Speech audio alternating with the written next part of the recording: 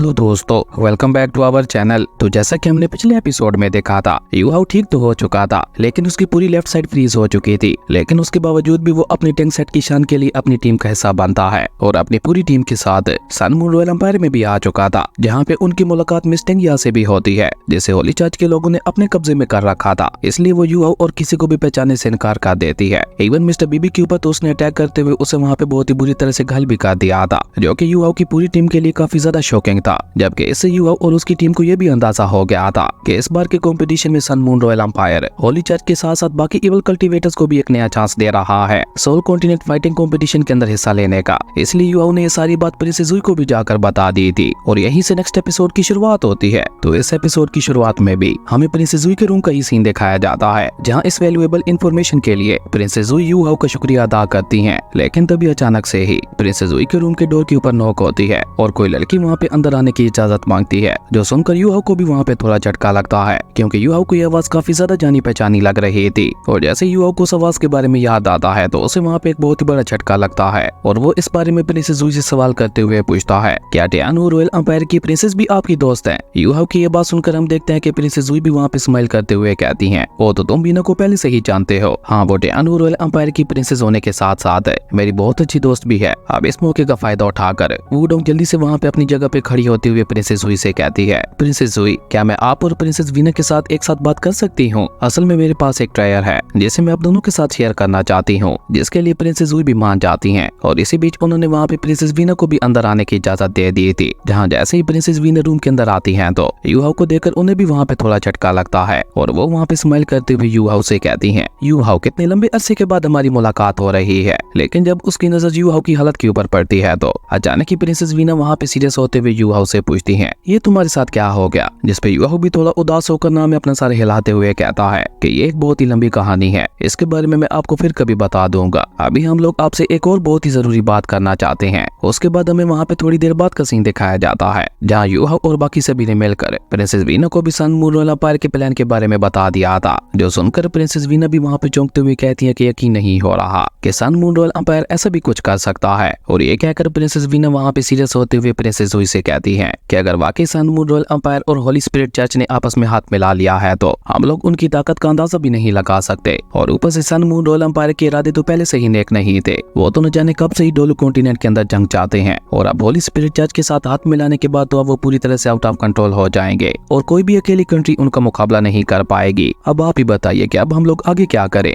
जिसपे प्रिंसेस जुई वहाँ पे उन सभी को आइडिया देते हुए कहती है कि अगर Sun Moon Royal Empire Holy Spirit Church के साथ हाथ मिला रहा है तो उनकी तरह हमें भी आपस में हाथ मिलाना होगा और मैं जितना जल्दी हो सके एम्बरा तक भी ये खबर पहुंचा दूंगी। अगर हमें सब कुछ दोबारा से ठीक करना है तो हम सभी को भी आपस में हाथ मिलाना ही होगा, क्योंकि जहाँ तक मैं सन मून रॉयल एम्पायर को जानती हूँ वो जरूर कुछ बहुत ही बड़ा प्लान कर रहे होंगे। वहीं प्रिंसेस जुई की ये बात सुनकर वुडोंग वहाँ पे स्माइल करते हुए उनसे कहती है, अगर सच कहूँ तो हमारी इस ट्रिप का एक और मकसद भी था। हम आप दोनों प्रिंसेस को आपस में मिलवाना चाहते थे, पर इस बार आपको जानकर थोड़ी हैरानगी होगी कि हम लोग इस कंपटीशन के अंदर शेरक एकेडमी की तरफ से नहीं बल्कि टैंक सेट की तरफ से पार्टिसिपेट करने वाले हैं। और आपके सामने अभी शेरक एकेडमी के डिसेबल्स नहीं बल्कि टैंक सेट के मेंबर्स बैठे हुए हैं। अब वुडोंग की ये बात सुनकर हम देखते हैं कि दोनों ही प्रिंसेस को वहाँ पे एक बहुत बड़ा झटका लगता है, जबकि वुडोंग वहाँ पे अपनी जगह पे खड़ी होकर अपने पास से उस हिडन गॉडली वेपन को बाहर निकालकर उन्हें वहाँ पे दिखाते हुए कहती है कि ये हमारे टैंक सेट का बनाया हुआ एक खास गॉडली वेपन है, जिसकी पावर को खुद यू हाउ ने और भी ज्यादा इंप्रूव कर दिया है। और आपको ये जानकर काफी ज्यादा हैरानगी होगी कि अभी तो ये हिडन सोल गाइडेंस वेपन है, जस्ट 4th लेवल का है, लेकिन इसे कस्टमाइज करते हुए 6th लेवल तक भी पहुंचाया जा सकता है। और ऊपर से हमारी इस हिडन गॉडली वेपन की पावर बाकी आम वेपन्स के मुकाबले में 2 गुना ज्यादा होगी। और इस वेपन की सबसे बड़ी खास बात है कि इसे बहुत ही आसानी से दोबारा रिचार्ज किया जा सकता है। एक आम से आम सोल्जर भी बहुत ही आसानी से इस वेपन का इस्तेमाल करते हुए इसे दोबारा से रिचार्ज कर सकता है। वुडोंग की ये सारी बातें सुनकर यू हाउ अपनी बात आगे बढ़ाते हुए कहता है कि इस गोल्डन वेपन को टैंक सेट के हिडन मेथड्स के साथ साथ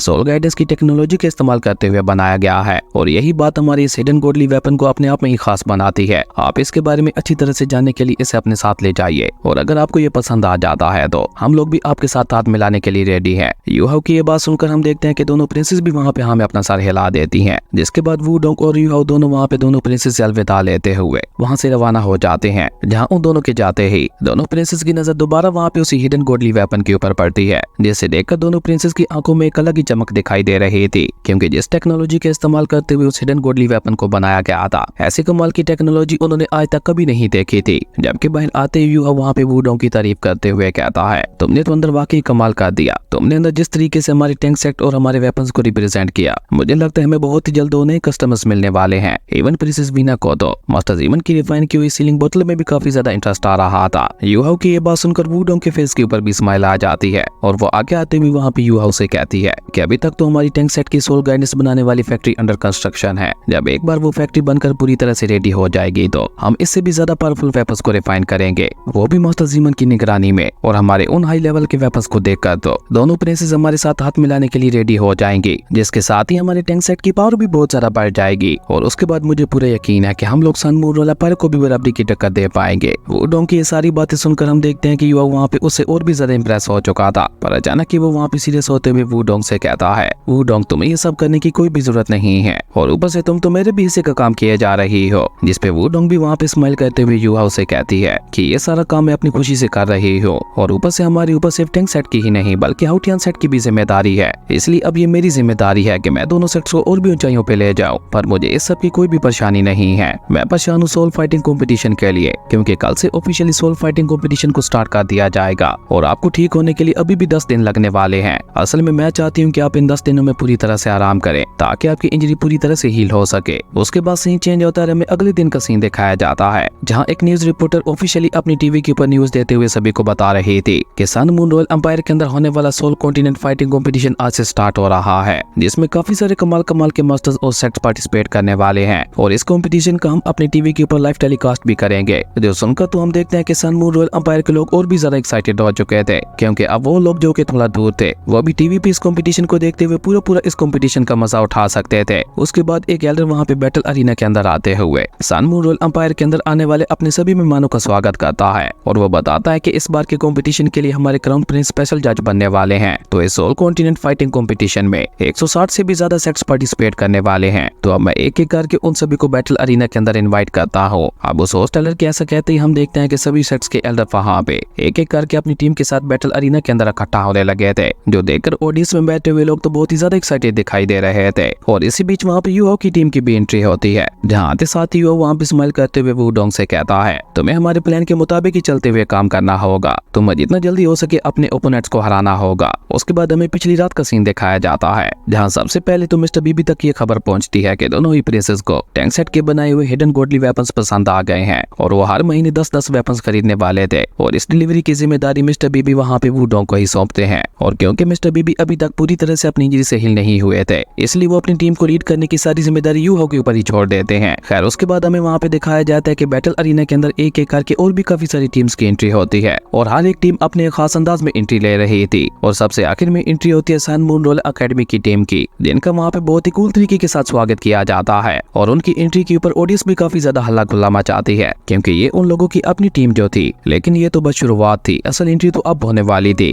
क्योंकि अचानक से ही पूरे बैटल अरीना का माहौल चेंज होने लगता है। सबसे पहले तो ऊपर हवा में कुछ प्लेन्स बहुत ही कूल तरीके से उड़ते हुए आगे बढ़ते हैं, और उसके बाद अचानक से ही वहाँ पे सन मून रोल एम्पायर की आर्मी इकट्ठा होने लगती है, जहाँ पे अलग अलग और काफी बड़े बड़े सोल गाइडेंस वेपन का भी प्रदर्शन किया जाता है। ऐसा लग रहा था कि जैसे किसी बहुत ही बड़ी महान हस्ती की एंट्री होने वाली है, और होता भी बिल्कुल ऐसा ही है, क्योंकि होस्ट एल्डर वहाँ पे अनाउंस करते हुए कहता है, प्लीज हमारे प्रिंस और प्रिंसेस का स्वागत कीजिए। और होस्ट एल्डर कैसा कहते ही हम देखते हैं कि वहाँ पे एक बहुत ही कूल तरीके की गाड़ी के ऊपर क्राउन प्रिंस अपने प्रिंसेस के साथ एंट्री लेते हैं, जिन्हें देखते ही सन मून रोल एम्पायर के हर एक पर्सन ने वहाँ पे उनके सामने अपना साथ झुका लिया था, जो देखने से बिल्कुल ऐसा लग रहा था कि जैसे बाहुबली सिंहासन के ऊपर बैठने के लिए जा रहा है। और जैसे ही क्राउन प्रिंस वहाँ पे स्टेज के ऊपर आता है तो यूहाओ की नजर भी वहाँ पे स्टेज के ऊपर ही चली जाती है, जहाँ पे यूहाओ की नजर ब्लैक ड्रैगन किंग के ऊपर भी बढ़ती है, जिसे देखकर यूहाओ को वहाँ पे एक बहुत बड़ा झटका लगता है, और वह हैरान होते हुए खुद से ही कहता है कि यकीन नहीं हो रहा, क्राउन प्रिंस की रक्षा के लिए खुद ब्लैक ड्रैगन किंग यहाँ पे आया हुआ है। तो इसका मतलब है कि हमारा अंदाजा बिल्कुल ठीक था, वाकई सन मून रोल एम्पायर ने होली स्पिरिट चर्च के साथ हाथ मिला लिया है, और ये चीज पूरे डोलू कॉन्टिनेंट के अंदर एक बहुत बड़ी तबाही लेकर आने वाली है। तभी प्रिंसेस वहाँ पे आगे बढ़कर अनाउंस करते हुए कहती हैं कि मैं क्राउन प्रिंस की तरफ से यहाँ पे आने वाले सभी मेहमानों का स्वागत करती हूँ, और क्राउन प्रिंस की इच्छा के अनुसार इस सोल कॉन्टिनेंट फाइटिंग कंपटीशन को भी अब ऑफिशियली स्टार्ट किया जाता है। और इस अनाउंसमेंट के साथ ही हम देखते हैं कि वहाँ पे एक बार फिर से ऑडियंस की तरफ से काफी ज्यादा हल्ला गुल्ला मचने लगा था, और वहाँ पे फायर वर्क करते हुए तरह तरह के ढोल नगारे भी बजने लगे थे। और इसी बीच वहाँ पे बैटल ग्राउंड के अंदर मौजूद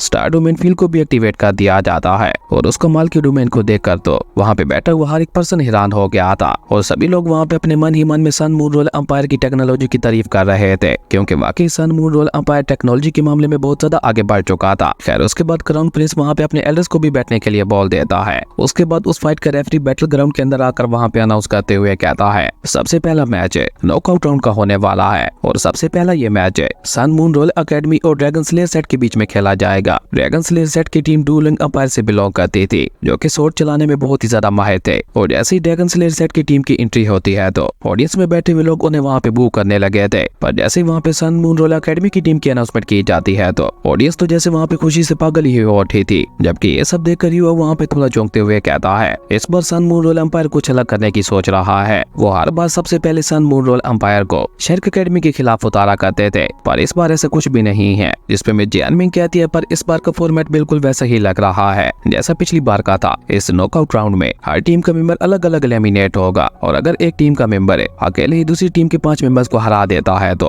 उसकी टीम को इस राउंड का विनर घोषित कर दिया जाएगा। जिसपे वुडोंग कहती है, ओ तो इसका मतलब है कि इस कंपटीशन के अंदर हर एक डिसेबल को अपने लिए फाइट करनी होगी। जिसपे मिस जियानमिंग भी कुछ सोचते हुए हमें अपना सर हिला देती है, और सबसे पहले इस फाइट के लिए वहाँ पे सन मून रोल एकेडमी की तरफ से होंगचन बैटल अरीना की तरफ आती है, जबकि ड्रैगन स्लेयर सेट की तरफ से सबसे पहले फेंगशन बैटल अरीना के अंदर आता है। जो देखकर ज़ेंगशी भी कुछ सोचते हुए कहता है, ये वाला राउंड तो पिछली बार के मैच की तरह ही दिखाई दे रहा है, और इस बार मुझे लगता है सन मून रोल एकेडमी खुद को और भी ज्यादा पावरफुल दिखाने के लिए शर्क एकेडमी की बजाय किसी और के साथ फाइट कर रही है, क्योंकि पिछली बार सबसे पहला मुकाबला शर्क एकेडमी का था और उन्होंने अपनी पहली फाइट में ही पूरे कंपटीशन के अंदर अपनी धौंस जमा दी थी। और इस बार बिल्कुल उसी रास्ते पे चलते हुए सन मून रोल एकेडमी अपनी धौंस जमाना चाहती है, इसलिए तो उन्होंने सबसे पहले होंगचन को फाइट करने के लिए आगे भेजा है, जो कि सन मून रोल एकेडमी की सबसे पावरफुल डिसेबल्स में से एक है। जबकि वहीं दूसरी तरफ हम देखते हैं कि फेंगशन ने तो वहाँ पे बैटल अरीना के अंदर आते साथ ही अपनी ड्रैगन सोल रिंग को भी वहाँ पे एक्टिवेट कर लिया था। जो देखकर ज़ेओ कहती है कि इसके पास तो 5 सोल रिंग्स हैं। मुझे लगता है ये पर्सन भी होंगचन को काफी कड़ी टक्कर देने वाला है। इसी बीच हम देखते हैं कि रेफरी भी वहाँ पे उन दोनों के दरमियान ऑफिशियली फाइट को स्टार्ट कर देता है, और जैसे ही फेंगशन वहाँ पे अपनी सोल रिंग को एक्टिवेट करके होंगचन के ऊपर अटैक करने के लिए आगे बढ़ता है तो होंगचन बहुत ही कूल तरीके के साथ उसके अटैक को डॉज करते हुए अपनी आइस पोइजन का इस्तेमाल करके न सिर्फ उसे वहाँ पे जमा देती है, बल्कि उसी के साथ साथ फेंगशन की बॉडी के अंदर अपना आइस पोइजन भी डाल दिया था, और इस तरह फेंगशन एक ही झटके में ये फाइट हार जाता है। और ऊपर से रेफरी भी जल्दी से होंगचन के जीतने की अनाउंसमेंट कर देता है, जिसका मतलब है कि ज़ेंगशी बिल्कुल ठीक कह रहा था। सन मून रोल एम्पायर ने जानबूझकर सबसे पहले फाइट करने का डिसाइड किया ताकि वो बाकी टीम्स के दिल में अपना डर बना सके। खैर उसके बाद रेफरी वहाँ पे ड्रैगन स्लेयर सेट की टीम को अपना अगला मेंबर भेजने के लिए बोल देता है, और रेफरी की अनाउंसमेंट सुनकर हम देखते हैं कि उनका अगला डिसेबल भी वहाँ पे बहुत ही तेजी के साथ बैटल अरीना के अंदर एंट्री लेता है, जो कि वहाँ पे काफी ज्यादा गुस्से में भी दिखाई दे रहा था। इसलिए वो बैटल अरीना के अंदर आते साथ ही बहुत ही अग्रेसिवली आगे बढ़ते हुए होंगचन के ऊपर हमला करना शुरू कर देता है, जिसे होंगचन भी वहाँ पे अपनी सोर्ड का इस्तेमाल करते हुए रोकने की कोशिश कर रही थी। लेकिन उस पर्सन का हर एक पंच इतना ज्यादा पावरफुल था कि वो होंगचन को वहाँ पे पीछे धकेले जा रहा था, और देखते ही देखते उस डिसेबल ने वहाँ पे होंगचन के ऊपर एक बहुत ही ज्यादा पावरफुल पंच मारते हुए उसे काफी पीछे पुश कर दिया था। जो देखकर तो अब होंगचन को भी वहाँ पे थोड़ा गुस्सा आ जाता है, जिसके चलते हम देखते हैं कि वो वहाँ पे अपनी दोनों स्वॉर्ड्स को और भी कस के पकड़ लेती है, और उसके बाद होंगचन ने वहाँ पे बहुत ही गुस्से के साथ आगे बढ़ते हुए बहुत ही तेजी के साथ उस डिसेबल के ऊपर अटैक करना शुरू कर दिया था, जिसके चलते हम देखते हैं कि अब वहाँ पे उस डिसेबल के लिए भी होंगचन के हमलों को रोकना मुश्किल होता जा रहा था। इसलिए वो भी जल्दी से अपनी ड्रैगन सोल रिंग को एक्टिवेट करते हुए उसकी मदद से वहाँ पे होंगचन के अटैक को रोकने की कोशिश करता है, जहाँ पहले तो वो काफी हद तक इसमें कामयाब हो गया था, लेकिन वो वहाँ पे ज्यादा देर ऐसा नहीं कर पाता, और देखते ही देखते उसकी ड्रैगन सोल रिंग वहीं पे डिस्ट्रॉय हो जाती है, और इस तरह होंगचन ने वहाँ पे ड्रैगन स्लेयर सेट के एक और टीम मेंबर को हरा दिया था। जो देखकर तो ऑडियंस की खुशी का वहाँ पे कोई ठिकाना ही नहीं था। उसके बाद ड्रैगन स्लेयर सेट का तीसरा मेंबर आगे आता है, और वो तो बैटल अरीना के अंदर आते ही अपनी सोल रिंग की पावर को एक्टिवेट करते हुए होंगचन के ऊपर अपना सबसे खतरनाक अटैक करने के लिए आगे भी बढ़ जाता है। जो देखकर अब की बार होंगचन भी वहाँ पे अपनी फ्रोंग पॉइजनस की पावर को एक्टिवेट कर देती है, जिसके चलते वहाँ पे पूरे बैटल अरीना के अंदर चारों तरफ स्मोक फैल गया था, और बेचारा ड्रैगन स्लेयर सेट का वो डिसेबल वहाँ पे कुछ देख ही नहीं पा रहा था। इसी बीच मौके का फायदा उठाकर होंगचन वहाँ पे बहुत ही तेजी के साथ बैटल अरीना के अंदर चारों तरफ से उस डिसेबल के ऊपर अटैक करते हुए उसे वहाँ पे बहुत ही बुरी तरह से इंजर्ड कर देती है, और इस तरह होंगचन ने अकेले ही वहाँ पे ड्रैगन स्लेयर सेट के एक और डिसेबल का खेल खत्म कर दिया था, जिसके साथ ही वो वहाँ पे अपनी तीसरी फाइट भी जीत जाती है। उसके बाद चौथा मेंबर आता है, उसे भी होंगचन वहाँ पे अपने आइस पोइजन का इस्तेमाल करते हुए एक ही झटके में हरा देती है। उसके बाद पांचवा, फिर छठा और फिर सातवां, इसी तरह वो लगातार वहाँ पे उन तीनों सोल फाइटर्स को भी हरा देती है, जिसके साथ ही होंगचन ने अकेले ही वहाँ पे अपनी सन मून रोल एकेडमी को पहला मैच जितवा दिया था। और उसी के साथ रेफरी भी वहाँ पे सन मून रॉयल एकेडमी की जीत की अनाउंसमेंट करते हुए कहता है कि Sun Moon Royal Academy second round के लिए भी क्वालिफाई कर गई है। इस अनाउंसमेंट के साथ ही हम देखते हैं कि ऑडियंस तो वहाँ पे पूरी तरह से पागल ही हो जाती है और सेम कुछ रिएक्शन वहाँ पे सन मून रॉयल एकेडमी के एल्डर्स का भी था। जबकि हम देखते हैं कि क्राउन प्रिंस के फेस के ऊपर भी एक डेविल स्माइल आ चुकी थी, क्योंकि जैसा क्राउन प्रिंस ने सोचा था सब कुछ वैसा ही चल रहा था। और ऊपर से बाकी सेक्ट्स के मन में भी सन मून रॉयल एकेडमी ने अपना डर बैठा दिया था, क्योंकि होंग चैन ने अकेले ही पूरी टीम को एलिमिनेट कर दिया था। और यही बात बाकी टीम्स को परेशान करने के लिए काफी थी। इवन ज़ियाओ ज़ियाओ भी वहाँ पे हैरान होते हुए कहती है कि यकीन नहीं हो रहा, होंग चैन ने अकेले ही 7 डिसेबल्स को हरा दिया। जिसपे गेटाओ उससे कहता है कि तुम बिल्कुल ठीक कह रही हो। और ऊपर से उसके ओपोनेंट्स भी कोई आम डिसेबल्स नहीं थे, बल्कि ड्रैगन स्लेयर सेट से बिलोंग करते थे, जो कि मुझे कहीं से भी एक कमजोर टीम दिखाई नहीं दे रही थी। इवन उनके 2 डिसेबल्स के पास तो 5-5 सोर्डिंग्स भी मौजूद थी। इसी से तुम अंदाजा लगा लो कि जितना हम सोच रहे हैं ड्रैगन स्लेयर सेट की टीम उतनी ज्यादा कमजोर भी नहीं थी। गेटाओ की ये बात सुनकर हम देखते हैं कि वुडोंग भी वहाँ पे सीरियस होते हुए कहती है कि वाकई मानना पड़ेगा, इस बार सन मून रॉयल एम्पायर की टीम है 5 साल पहले वाली टीम से तो बहुत ज्यादा स्ट्रॉन्ग हो चुकी है। और इस बार मुझे लगता है कि वो जीतने के लिए किसी भी हद तक जाने को तैयार हैं। अपने टीममेट्स की सारी बातें सुनकर यूहाओ भी वहाँ पे समझ चुका था कि उसकी टीम के अंदर भी डर बैठ चुका है। इसलिए यूहाओ वहाँ पे बात को बदलते हुए अपनी टीम मेंबर से कहता है कि हमारी फाइट कल होने वाली है, इसलिए हम यहीं पे रुककर बाकी की भी फाइट्स को देखते हुए ऑब्जर्व करेंगे, ताकि हम यहाँ से सीखी हुई चीजों को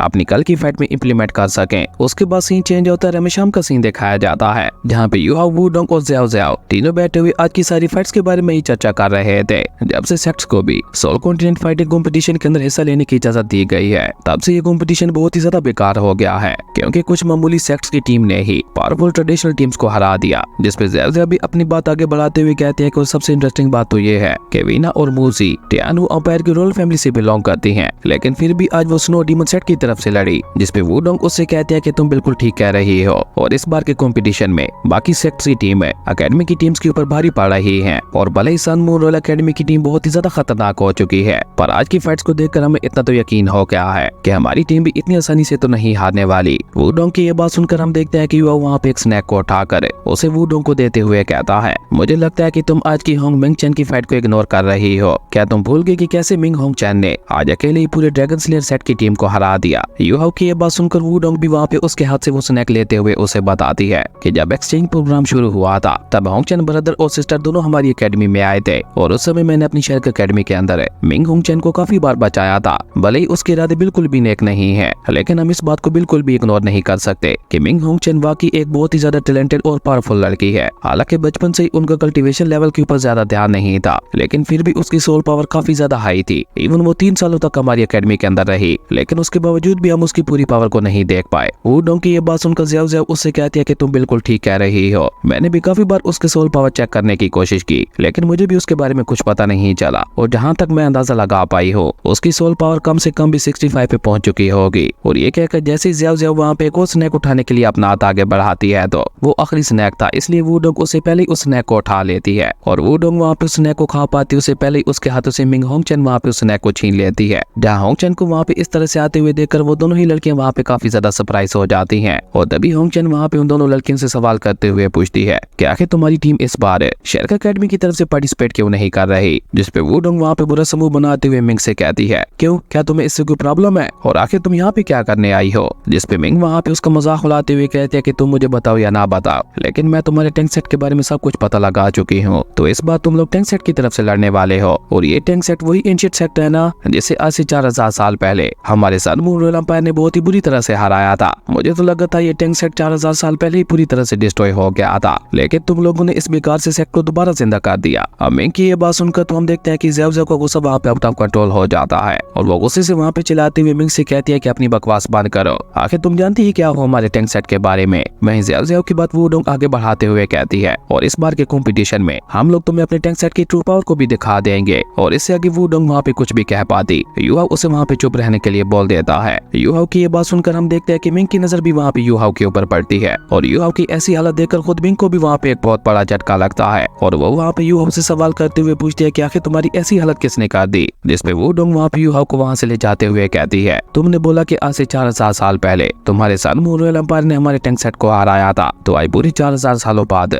हमारा टैंक सेट तुम्हारे सन मून रॉयल एम्पायर के अंदर घुसकर ही तुम्हें हराने वाला है। वुडोंग की ये बात सुनकर तो हम देखते हैं कि मिंग के फेस के ऊपर एक तंजिया स्माइल आ जाती है, जो देखकर वुडोंग को वहाँ पे और भी ज्यादा गुस्सा आ जाता है, लेकिन वो वहाँ पे मिंग से और कुछ कह पाती उससे पहले युहाओ उसे वहाँ पे एक बार फिर से शांत करवाते हुए उसे वहाँ पे चलने के लिए बोल देता है। युहाओ की ये बात सुनकर वुडोंग भी चुपचाप युहाओ को लेकर वहाँ से जाने लगती है और ज़्याओ भी वहाँ पे उनके पीछे जाते हुए मिंग से कहती है कि अगर तुम्हें किसी के साथ बात करने की तमीज नहीं है तो प्लीज अपना ये घटिया समूह बंद ही रखा करो। ज़्याओ की ये बात सुनकर हम देखते हैं कि मिंग वहाँ पे काफी ज्यादा उदास हो जाती है और इसी बीच वहाँ पे उसके भाई होंगचन की एंट्री होती है, जो कि आगे आते हुए वहाँ पे अपनी बहन मिंग से कहता है कि आखिर तुम इतनी ज्यादा उदास क्यों दिखाई दे रही हो, हमें जिस फाइट का इंतजार था वो बहुत ही जल्द आने वाली है। इस बार के कंपटीशन के अंदर मैं युहाओ को हरा कर ये साबित कर दूंगा कि वो मेरे सामने कुछ भी नहीं है। और ये कहते हुए होंगचन के फेस के ऊपर एक डबल स्माइल आ चुकी थी और इसी कमाल की सीन के साथ हमारी अमेजिंग एपिसोड यहीं पे खत्म हो गया था। दोस्तों अगर आपको ये वीडियो अच्छी लगी तो लाइक कर दें और अगर चैनल पे नए आए हो तो सब्सक्राइब करते जाना। तो मिलता है कि न्यू वीडियो में, तब तक के लिए बाय।